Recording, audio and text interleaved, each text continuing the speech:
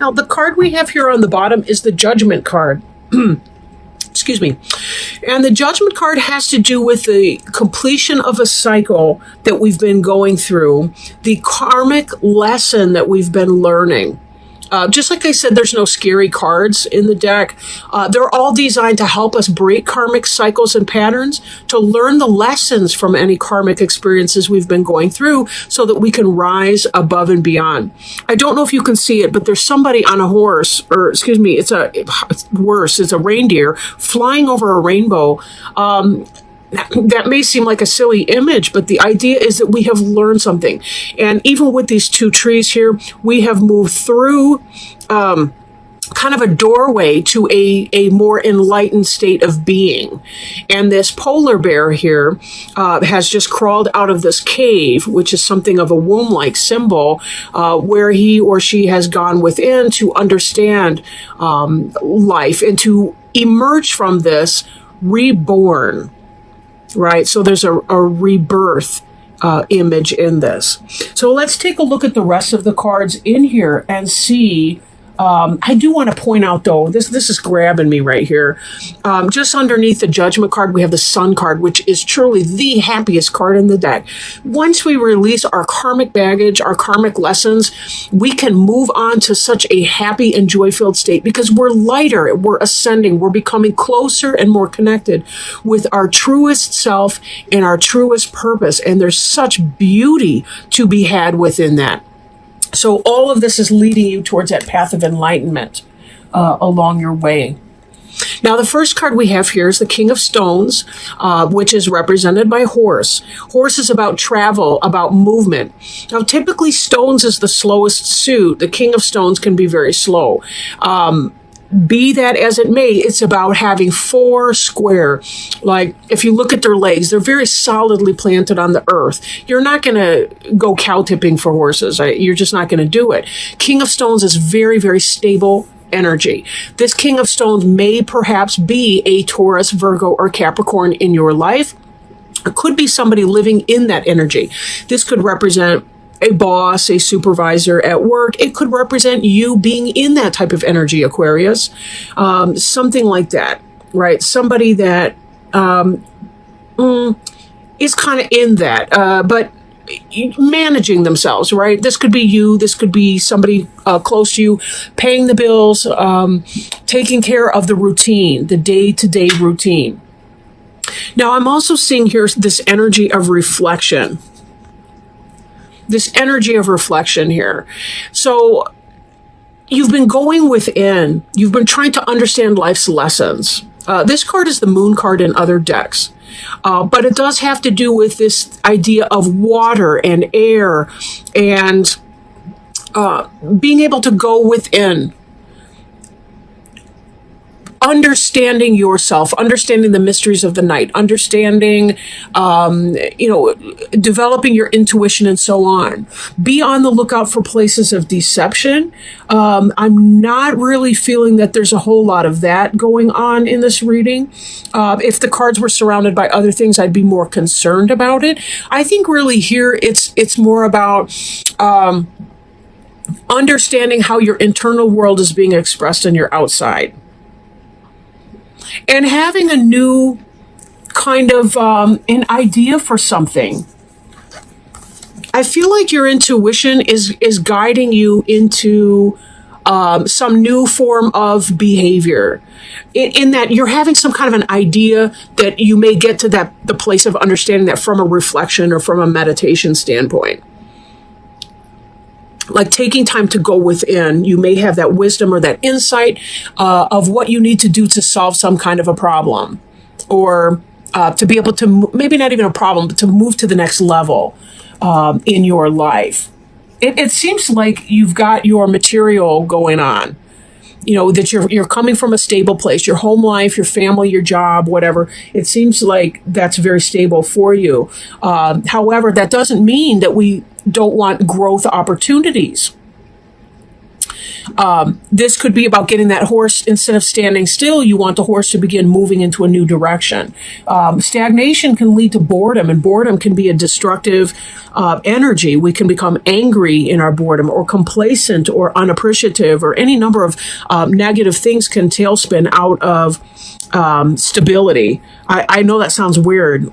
We want the stability, but we also want to be able to, we want to feel grounded, but we want to keep climbing higher and higher into the branches to see what's up there. Some of the best sunlight is attainable to us the higher we climb.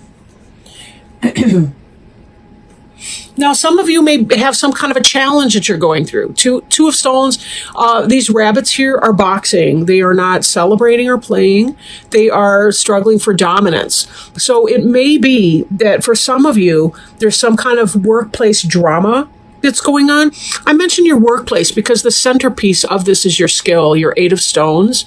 Eight of Stones is about productivity and working on a task. I feel like some of you are really just, you're interested in just kind of keeping your head down and getting your work going on, but then there's somebody trying to create drama at the workplace. That's kind of how it looks. It could possibly be drama that's taking place with a manager or a supervisor, or that your supervisor has been involved in trying maybe to resolve this kind of a conflict, or that something else like that's going on. But it is causing you to think about what you need to do, and it may be giving you some incentive to change jobs even. That may be what this breath of life is indicating for some of you. Like, you know, if these people aren't going to act right, then just get me the hell out of here, because I don't need to play with this kind of nonsense. And this Judgment card, as we go back to it, karmic lesson. You know, we can't control what other people think of us. And in fact, it's none of our business. But sometimes people like to tell us that anyway. Screw that. You know, this Judgment card can also reflect right thinking.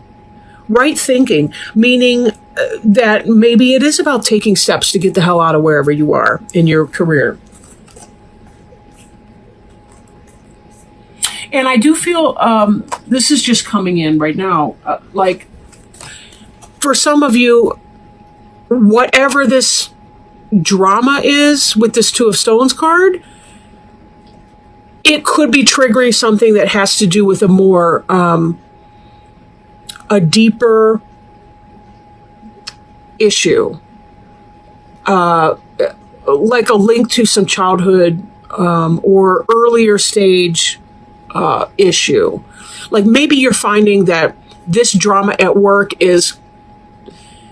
it reminds you of drama from your past that has an emotional hook. Like this stuff would not bother you half so bad if it didn't remind you of something from an earlier time in your life that actually did affect you in a negative way on a much deeper level. So that may be playing in, and that might be some of this karmic lesson that it's about overcoming and learning from. This Guardian coming up here. This Guardian is about facing our demons, facing the challenges.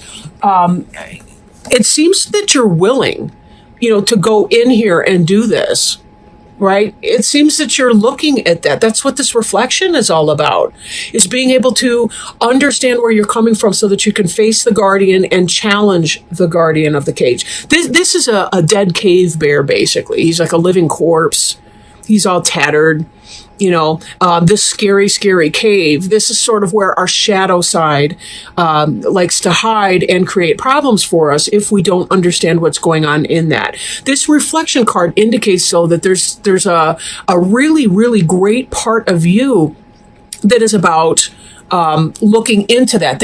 I don't feel like you're coming from a place of fear the way some may. You do not have to fear what is inside this cave, because it's all about our relationship with ourselves. There's no monster in the closet. There's a projection of our insecurities and fear in that closet. That's all that it is. There's nothing can hurt you.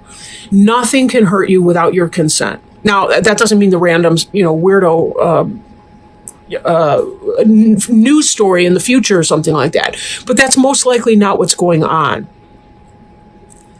this type of stuff, it's always about ourselves. When somebody calls us a name and it hurts our feelings, it's about us allowing it to hurt our feelings because it's tying into a deeper wounding. Somebody somewhere at some place in time who was more important than this fool right now said something to us, and it actually did matter because it was probably a family member or a teacher or someone we looked up to, somebody that we actually cared about. And this fool in front of us now is triggering us.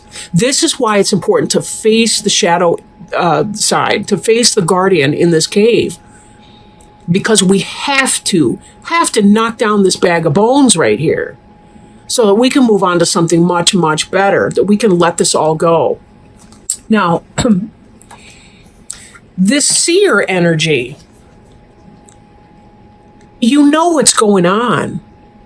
This is not taking you unawares, this drama. This is a petty drama on the superficial, but it's actually the key to opening a much deeper avenue into understanding and learning the art of self-love, self-care, self-acceptance, teaching yourself, I am good enough. This is why you're going through all of this right now. This is all of it right now. This guardian is only as scary as you make him out to be. Because that workplace tiny little drama, or it could be, drama with your teenager or whoever's, giving you pause at home or whatever. I do think that for a lot of you, it's the workplace, but it doesn't necessarily have to be. That King of Stones could be your husband. It could be, a daughter that's got a ramrod personality. It could be anybody, really. Take it as it resonates because it's your unique experience. This is a general reading here, but I don't feel like this is somebody that's really, really destructive or going to destroy you or anything like that. I think this is about, they are giving you, in a weird ass way, they are giving you a very deep ability to overcome this for once and for all. That you don't have to go through this type of experience again. You can totally disempower this person by claiming your own personal power. And this is where it's going. We've got this Page of Wands here. Page of Wands is about new beginnings of things that we're passionate about. It's about a start. But you'll notice too, look at the bottom here. We've got a stoat that's holding, I don't know if that's a baby stoat or like food, but you see these other two, they're curious, they're getting along. This is about a happy family, and this is about the beginning of new passion, right? This branch here is growing greenery on it. It's new life is coming in, and your outcome from all of this is respect. Guarding yourself, protecting yourself, you better believe it. You better be sure, yes. But it's about new start in your home, new found respect for yourself and from others to you. Sometimes when we say, no, that's not okay, that's when we do hear respect from other people, even if they don't like us and even if they don't want to hear that big fat no. Sometimes that's exactly what they need to hear before they will back off. And then they're learning too, hey, she seemed so quiet. She seemed like an easy target because I'm a bully. But you know what? She said no, and sometimes big surprises come in little packages. So, self-care, ladies and gentlemen, self-care. Choose your battles, but when you do, stick up for yourself. And understand that every person in our life is, in a sense, kind of like an extra in the movie of our life. Or they're something about them is a part of us too. Like, how do I want to explain that? If someone outside of us, someone at our workplace is picking on us or being, mean or bitchy or whatever it is that they're doing to us, they're teaching us about something important. Every person's our teacher. And usually if we dig deep enough, there's something we can relate to in someone. They're either pissing us off because we do value ourselves and therefore we need to put down the no on that, or they're teaching us about letting go of valuing people's opinions who are ultimately not important. Like, they're very tiny extras in the movie of our life, and they don't play any kind of a key role. And as such, we don't need to give them the kind of power that enables their lousy comments or whatever to hurt us deeply. Now, I am shuffling these cards to have one other piece of wisdom that we can take with us today. It is the Animal Wise Tarot by Ted Andrews. And it seems that this is just based on the previous parts of the reading, this just seems like it's spot on. Reclaiming power and fruits of labor. The jaguar is also known as a panther.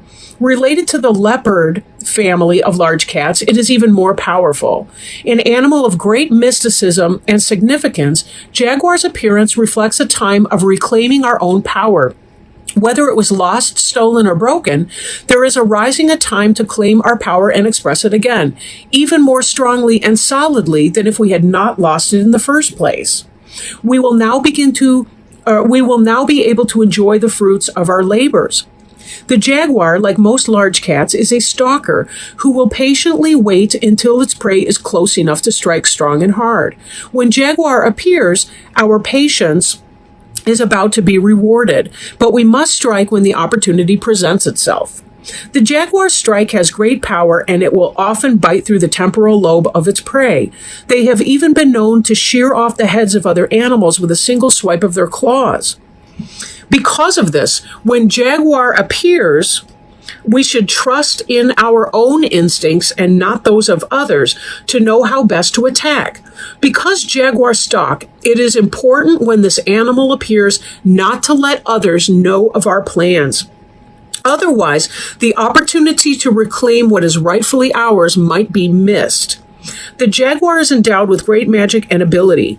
This cat can climb, run, and even swim better than the tiger. Because it functions so well in so many environments, the jaguar is a symbol of mastery over dimensions in which others cannot survive. Its appearance heralds good opportunities from various directions. Our efforts and patience are about to be rewarded in far greater ways than we had anticipated. This is a time of reclaiming our power, of reclaiming what was lost, giving us the ability to go beyond what has been imagined. If we pursue the opportunities with discipline and control, we are bestowed with the blessings of the hero's quest, and the promise of the return to the hero's path will manifest within our life. I will read the reverse here. The Arawak people say that everything has jaguar, that nothing can exist without it. Stories abound of revenge, abductions, and even great cures through the use of jaguar power. If jaguar is in reverse, we may need to be cautious about others stealing our power or our opportunities. We may be letting others know of our plans and intentions and thus giving away our strengths and possibilities before we get a chance to act upon them. Remember that jaguar stalks silently. The time to discuss plans or possibilities with others is after we have captured the prize. Jaguar in reverse can imply situations around us are not what they appear to be, or we may be disappointed with the results of our efforts at this time. The jealousy of others or ourselves may be undermining our efforts. Our own insecurities and timidness about acting when the opportunity presents itself may be hindering us. Some questions to ask. Are we acting too aggressively in our undertakings? Are we responding too intensely? Do we need to temper responses so as not to unintentionally wound others? Are we giving our power and thus our rewards to someone else? Are we letting the past stop us from accomplishments in the present? Are we being too impatient in achieving our goals?